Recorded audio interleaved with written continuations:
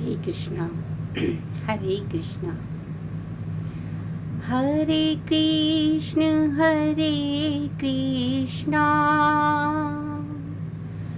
कृष्णा कृष्णा हरे हरे हरे राम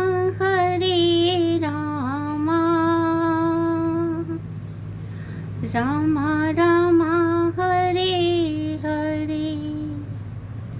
हरे कृष्णा हरे कृष्णा। सभी भक्तजनों को मेरा बहुत बहुत प्रणाम। आज मैं आप सबसे कुछ व्यक्तिगत, कुछ पर्सनल शेयर करने जा रही हूँ। आज मेरी बड़ी बहन लगभग मृत्युशैया पर पड़ी है और उनकी इस अंतिम घड़ी में, जैसा कि हम सब मनुष्य सदैव होते हैं, बिल्कुल वैसे ही क्रियाहीन और विवश उन्हें देख रहे हैं। लेकिन इतने समय से मेरा जो आप सब से एक संबंध बना है, जिसमें हम हर सूर्य के दिन, हर रविवार को मिलते हैं, उस क्रम को भंग न करते हुए, न तोड़ते हुए मैं आपके समक्ष उपस्थित हूँ। पर फिर इस पूरे विषाद और इस पूरी पीड़ा के बीच जो मुझे रास्ता दिखा रहा है और जो हम सबको रास्ता दिखाते हैं, वो हैं भगवान कृष्ण। हरे कृष्णा हरे कृष्णा। हम जानते हैं कि कुरुक्षेत्र में अर्जुन व्यथित हैं कि मैं अपने प्रियजनों के विरुद्ध युद्ध में खड़ा हूँ और वो मृत्यु को प्राप्त होंगे मेरे हाथों अथवा किसी के भी हाथों। हरे कृष्णा। तब भगवान अर्जुन को जो संदेश देते हैं, आज उसी संदेश को मैं याद कर रही हूँ। और क्योंकि आप सब जो मुझे सुनते हैं, मेरे सब्सक्राइबर्स हैं, और जो नहीं भी हैं, जो पहली बार सुन रहे हैं, उनसे भी इस श्लोक को साझा करना चाहूँगी, क्योंकि यही जीवन का वह क्षण है जो हमें याद दिलाता है कि जीवन का सत्य मृत्यु है और मृत्यु का अर्थ देहांतर गति है।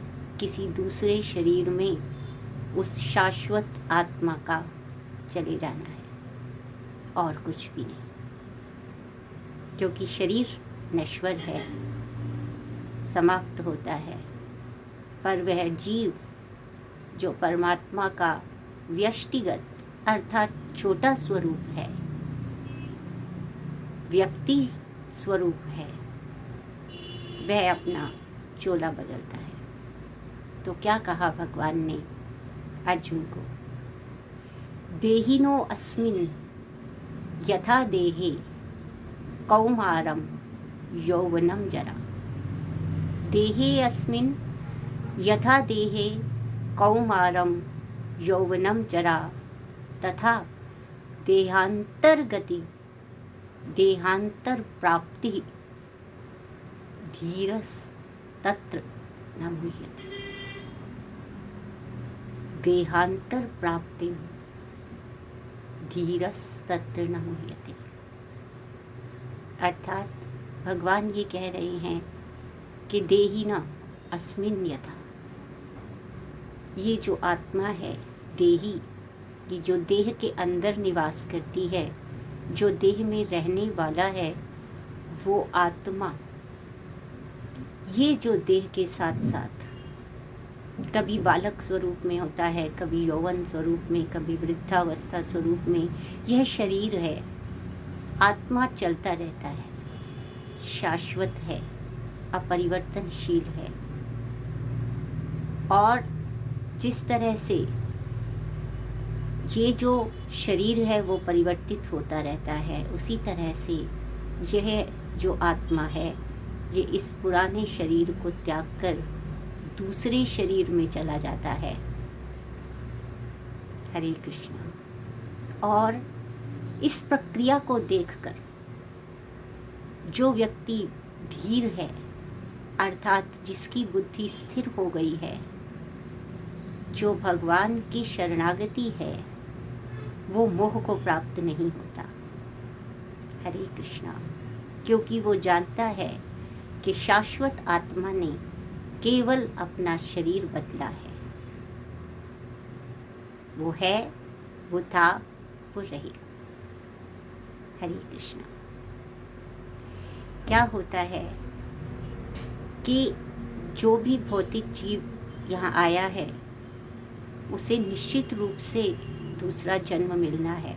वो भौतिक शरीर में आए अथवा आध्यात्मिक शरीर में आए, उसे दूसरे शरीर में जाना है। तो भगवान अर्जुन से कह रहे हैं कि उसे प्रसन्न होना चाहिए कि इस बूढ़ी जर्जर देह को छोड़कर वो नवीन देह को प्राप्त होंगे। और क्योंकि ये जो सब भीष्मादि हैं ये पुण्यात्माएं हैं, तो ये निश्चित रूप से आध्यात्मिक शरीर को प्राप्त होंगी अथवा स्वर्ग में अपना स्थान ग्रहण करेंगी। तो आपको प्रसन्न होना चाहिए। हरे कृष्णा, हरे कृष्णा।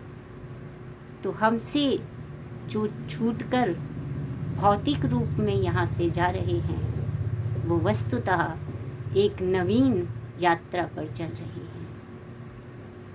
और जिन्होंने इस भौतिक शरीर में रहते हुए पुण्य कर्म किए हैं, भगवान की आश्रित रहकर कर्म किए हैं, वो निश्चित रूप से मोक्ष को प्राप्त होने वाले हैं अथवा आध्यात्मिक शरीर को प्राप्त होने वाले हैं अथवा स्वर्ग को प्राप्त होने वाले हैं।